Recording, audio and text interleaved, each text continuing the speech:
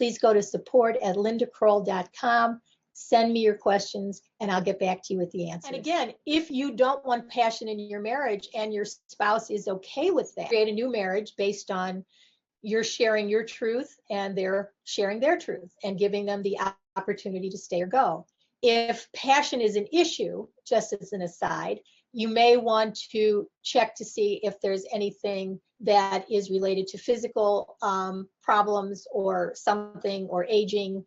But if it's just that you don't care enough to be passionate anymore, then if your partner is willing to stay with you with whatever relationship you co-create, you can co-create one. Many years ago, there was a conversation about married but living apart, where people would choose to separate and they wouldn't go through the legal division of assets, but they would just live separately. So certainly a separation is possible. And if you choose to separate, then you still could use the tools of compassionate mediation to talk about what does it mean to separate? What do we do about our finances? How do we co-parent our children if we have children? So you still need to explore all the options, even if it doesn't lead to a divorce. I invite you to call your police station in your city and find out where you can find a safe place, or talk to a therapist in your local community. But it's paramount, if you feel unsafe in any way, don't go through this program. Get yourself out of that situation as soon as possible. The suggestion is get yourself to a 12-step program, because taking care of yourself is paramount. And in that 12-step program, you recognize you're powerless over your partner, that there is a higher power. And for some people, it's God. For some people, it's the people at the meeting. For some people, it's their true self. The third step is you turn your will over to a higher power, meaning you let go of the need to control. The fourth step in a 12-step is you look at take your inventory. How are you being judgmental, controlling, hypervigilant, angry, resentful? You share that inventory with someone, a therapist, a friend, so that you can be aware of yourself. The sixth step is you make a list of people that you've harmed.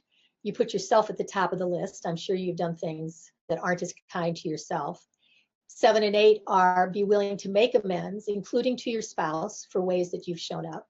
And 9 through 12 is basically keeping you as spiritually aware and as vigilant to be as self-led as possible, where you truly are calm, clear, and compassionate. You can do this program alone without a spouse that's invested in it, because it shows you how to show up, even if your partner isn't willing to be part of this process. Even if your partner gets a divorce and gets litigious, there's still a way for you to get support in this program that has you come from your best self, has you know how to relate.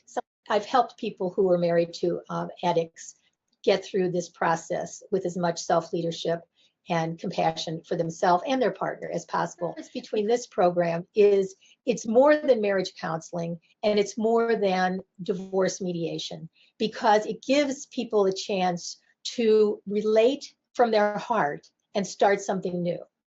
It takes a pause at a time when you're going to make a life-changing decision, gives you new tools to make that decision, which can ultimately change the decision you're making. If you're married to someone who doesn't participate in the process, you will be better served by going through this process yourself than just reacting to whatever your partner does. So I hope that answers your question. If not, ask again. What you might need to understand is marital property is marital property.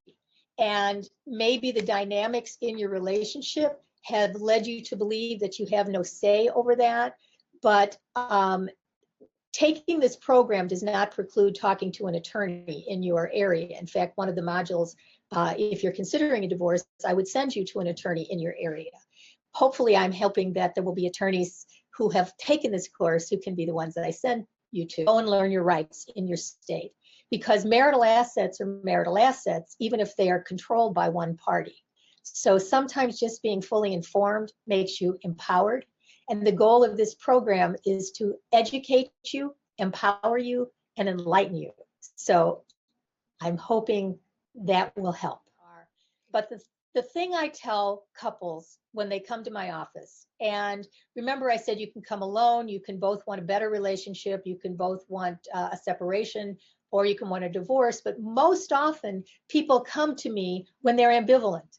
And they can both be ambivalent different days at different times. So one can want to separate or divorce and the other one doesn't. And then they change their mind and the other one changes theirs. And there's this pursuer distancer thing going.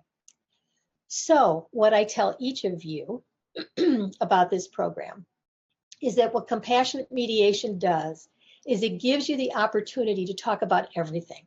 It gives you the ability to talk about all the things you talk about in marriage counseling and all the things you talk about in divorce mediation. But it also gives you a chance to be present as you learn how to do that from your higher self. So I tell the person who wants to separate or divorce, the initiator, I tell that person, if you don't take the time to process the feelings that your partner wants to process, they won't show up for a divorce talk. They will sabotage it, and it will take you 2 years to separate or divorce, or certainly divorce. You could separate anytime. I tell the reluctant party, the non-initiator, the party that doesn't want to separate or divorce, I tell them, you have to be willing to talk about what a separation or divorce looks like, because your partner is no longer invested in marriage counseling. So even if they put themselves in the seat, their heart isn't into it. They're not paying attention, and you're not going to get your needs met. But if you're willing to talk about everything, what would it look like if we stayed together and created something new? What would it look like if we separated for a while and went to our own corners and then worked on our individual selves and our relationship? And what would it look like if we got divorced? And so in this process, it's not marriage counseling. In fact, I'm often the third marriage counselor people come to and wish they would have come sooner, because in the first session, we learned compassionate communication. And they often say, oh, if we only had known this sooner, we wouldn't be here. And by here is maybe 10 years later, where one or both are checked out of the relationship, maybe one or both have had an affair, and by then it's often, too late. But even if there's an affair, it's not too late. Because if people are willing to heal from the affair, if the person who had the affair is willing to be sorry, transparent, and end the relationship, and the person who's felt betrayed is willing to forgive at some point and trust again at some point, you can create a new and better relationship, even when there has been an affair. And this process lets you talk about all of it. And I look forward to staying connected, because if this program is right for you, we can begin it soon. If it's not right for you, I'm here to be of service in any way I can, helping you add more peace, love, and joy to your life, starting now. So from my heart to your heart, I'm wishing you so much love and so much happiness. Gratitude for me that you were able to be here in my office in Chicago, wherever you are in the world. So thank you so much for being here, and we'll connect again soon. Bye for now. Bye.